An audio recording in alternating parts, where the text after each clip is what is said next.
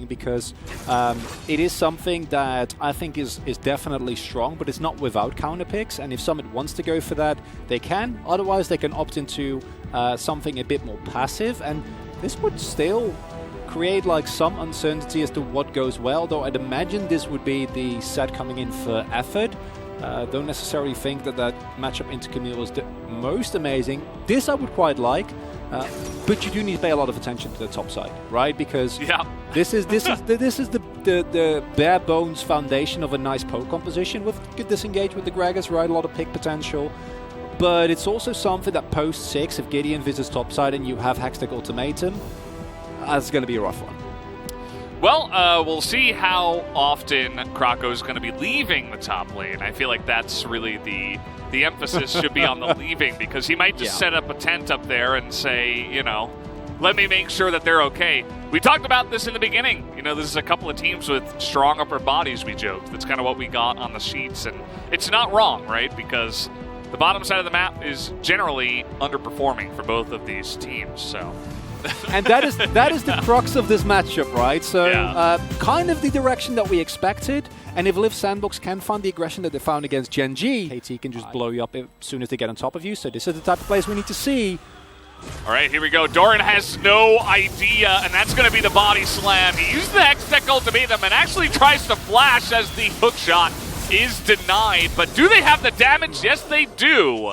As the Jace is going to get that last auto and pick up the first blood in the top lane onto Doran, actually sitting in the brush. So they get the flash into UCal, but KT is starting up this Rift Herald, and Summit with teleport available looks like he wants to use it right in the front lines. Liv Sandbox not just going to give this objective away for free, but you can see that the Lilia passive getting in there. Zeus has to flash away, and a lot of poke damage is coming out from Liv Sandbox. KT just running with their tail between their legs, not even going to stick around for the smite. Capitalization that we were looking for, as they are not going to go for first blood. Here comes the sleep. Yeah, the sleep comes in, but I don't know if they have the damage. They're going to try for it, and immediately Doran just gets blown up, and an electrocute proc just kills the Lilia as well. That was really forced, and Liv Sandbox just laugh at them, take the double kill, and they're going to take the turret too. I can hear the confusion in your voice, Valdez, and it just looks like they're playing really frustrated. They don't really know what to do. They don't really know how to play their outs. You have a composition where you can just play it slow as Hybrid goes in. We're going to try to get in there. Hybrid takes a lot of damage, but not as much as they're giving, as the Tristana will hop on over and pick up the kill. So this time around, Gideon does set up the nice gank, and Liv Sandbox are not able to respond in time. And KT, while we're talking about what they're doing wrong, they also find the weak spot of Liv Sandbox. It has been this bot side rather, that historically has not performed super well. In this instance, two of your strongest members, where all the gold is focused on your team, are pushing on top side. They're clumped up. Teleport comes in. Effort in a wonky spot here. We even have the Predator coming in from Gideon. Effort looking to flash the wall. He's going to get slept. The cast comes in, but man, you've got two other people that are jumping on you, so not actually going to amount to much. Does Gideon find, or rather KT find another pick here? And now they're looking for some more. If they can get some of the takedowns here, the shutdowns onto these two would be pretty massive. The flash comes in from UCal. They're going to shut down Summit, and they will absolutely get this Nidalee on top of it. As the Azir, UCal is going to pick up the shutdown. So that is a pretty nice turnaround now for KT. In a straight up 5v5, it might be rough for you right now. You still have an item lead. You have strong poke champions. You need to do something. Oh, they find Hybrid here. Not the first time that they've done that. He's just on vision trying to clear a ward, and a max range scatter the weak gets him in a lot of trouble. Prince setting up complete control of this bot side jungle, which I love, because in 45 seconds Drake is coming up. What is going on here? No! Yeah, not really much to say about that one. That was just a straight up mistake. You can't face check your own jungle when you have no vision in it and you're behind. Yeah, definitely a big yikes at this point in time. KT's still going to stick around and try to challenge this one, as the Baron will go down. And it's 4v5, so KT don't really have a chance to get in here. Now, they could take the Mountain Drake. Rush it. We see the pings coming down. I would have much rather seen them pick it up there. I think that Drake is really important. in the long run. Zeus goes in. Now we're going to try to force it here. Nice engage from Zeus, but do they have the damage is the question. Doesn't quite look like it. Hybrid's totally zoned out here on the bottom side, as is UCal. They're just going to have to dash away. The flash comes in from Summit, looking to pick off the stragglers here. But now with Baron, and KT not picking up that pretty much free Mountain Drake, they're really in a desperate situation here. And remember how important this match is. Liv Sandbox, they're looking to keeping their playoff dreams alive, whereas for KT, these are not the type of matches you can afford to lose. They're pushing for the win here, Valdez. Yeah, and with the Baron buff, you know, maybe possible. They're going to stick around. Nice ultimate does come out, though, from UCal into the stopwatch. He's desperately trying to keep this game alive. And now Hybrid is pretty angry, as he probably should be here. We have the teleport coming in from UCal. He's going to look to try to pick up Fate. Spots him here. And now it looks to be a bit of a one-on-one. He's got some teammates coming in. The stun is going to come in, and Fate is going to solo kill him and get the back off with the Baron empowered back. And that is just insult to injury right now. There was a blind scatter. Yeah. He's just that good. They still have Baron now because of that. Well, you can see the poke comp getting to work now. 2 seconds on Baron, so that's about to go down. Oh, yeah. But you know, it did its job, right? It was enough time. 2 seconds was just enough, as they're going to take down another inhibitor here. Only one Nexus turret remains, and Liv Sandbox, they want out of this game. They're not playing it safe. They're just going to blow up the Rel, who is just barely going to get away with a crash down out. UCal on the Azir has some pretty incredible wave clear, so they do have that. But still, the poke will come in. They're going to take down Doran. Effort is going to be popped by the Tristana on his way out. As here we go, Vantage Veil popped here. More Zonya's coming on in as UCal trying to stand up to everybody. He's not going to be able to, as Prince at this point, maybe just a little bit too fed. There's 29 minutes in with the Infernal Drake. This Kai'Sa will get the job done. And it looks like that's going to do it for game number 1. Kind of back and forth and kind of all over the place in this one. 29 minutes. And see if that offers us some more clues.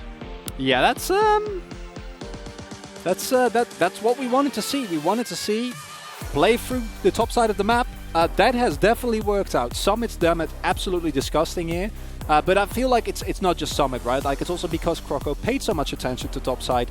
And again, want to break a lance for Fate here, because he has also been super oppressive in that mid lane. And I think he played the most clean game, if that makes sense. I think Summit and Croco were like, they were hyphy, but they also had some questionable moments. And Fate looking good from start to finish. Liv Sandbox looking good here in this first game. Welcome back, everybody, to the LCK Analyst Desk of the Friday night. And today we'll be joined by Changhyun Lee, Kuro, and Victory. Welcome back, guys.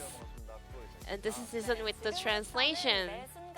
Now, every match matters for KT roster and for Liv Sandbox for their playoff run.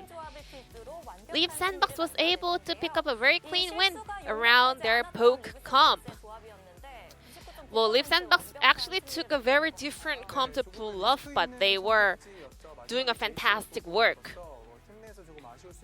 Well, there were some mistakes, especially even though they were feeling a bit weak around their bottom side of the map, they were able to step up a lot, especially with Prince on Kai'Sa.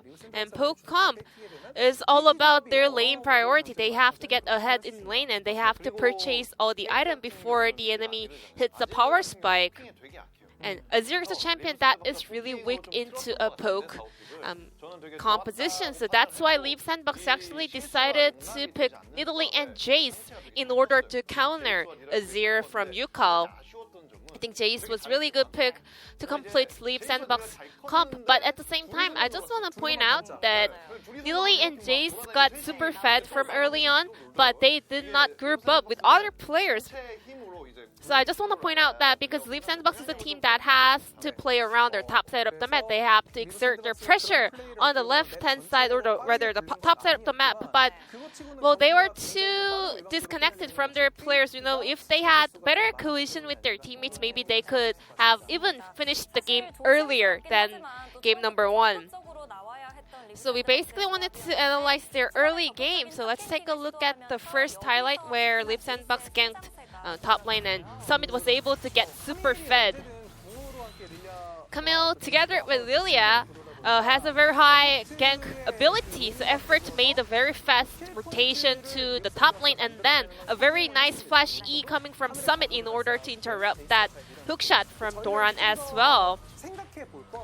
We also want to analyze about the fact that even though they took out Camille, well, it was a 1-2 trade in terms of the flash, and Doran actually didn't lose any of the CS. So Leap Sandbox did commit really hard for that kill and they were able to pick it up, but still, the trade was worth for Camille as well. You could see that the lane was actually under the turret of Summit, which means Doran, even though he died, he was able to burn flash both from the top laner and the jungler, and he was able to save up all the CS as well. So maybe it's a contribution to his teammates. When they got the kill, it was right before the first Herald, which means actually after the trade, it opened up more space in favor of KT Roster. So speaking of the first Herald, let's take a look at the Herald fight followed by that play.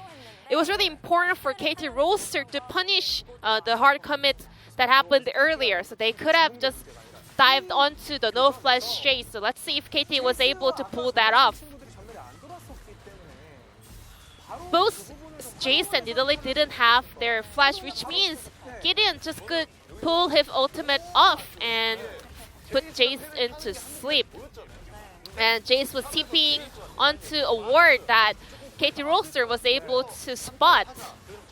And KT definitely was in a favorable spot to take that fight, but even though Lilia was able to land her bowling ball, she didn't actually let her ult go off.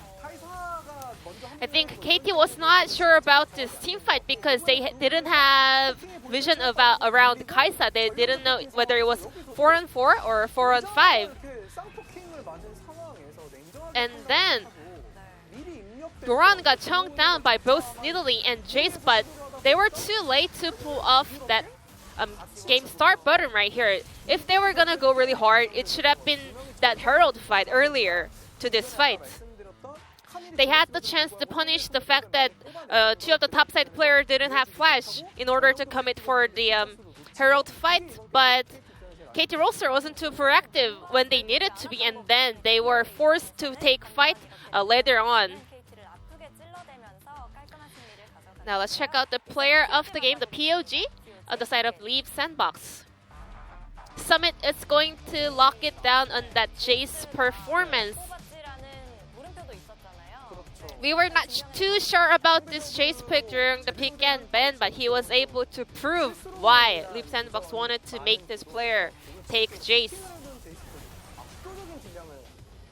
Summit was able to put massive amount of damage on that Jace pick, and a lot of players were actually funneling all the gold and resources over to him. They were playing around the top side, they were ganking top a lot, and Summit was definitely paying off very well. Once Camille gets super fed and she can pick up any kills in the later phase around the side lanes, well, KT could have come back in this game, but Jace was doing a fantastic work to stop that from happening. 749 is the POG number.